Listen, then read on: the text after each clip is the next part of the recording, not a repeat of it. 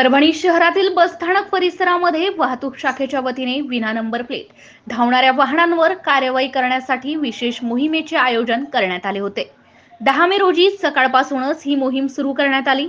यामध्ये वाहनधारकांवर मोटार वाहन कायद्यानुसार दंडात्मक कारवाई करण्यात आली आहे। विना नंबर प्लेटची अनेक वाहने ताब्यात घेत 15 वाहनांवर ही दंडात्मक कारवाई करण्यात आली आहे। यावेळी वाहतूक शाखेचे पोलीस निरीक्षक मकसूद पठाण, पोलीस निरीक्षक दीपक, पोलीस अंमलदार एस.के. मुस्ताक, अनिल गायकवाड, ज्ञानेश्वर पवळ यांच्या पथकाने ही कार्यवाही केली आहे।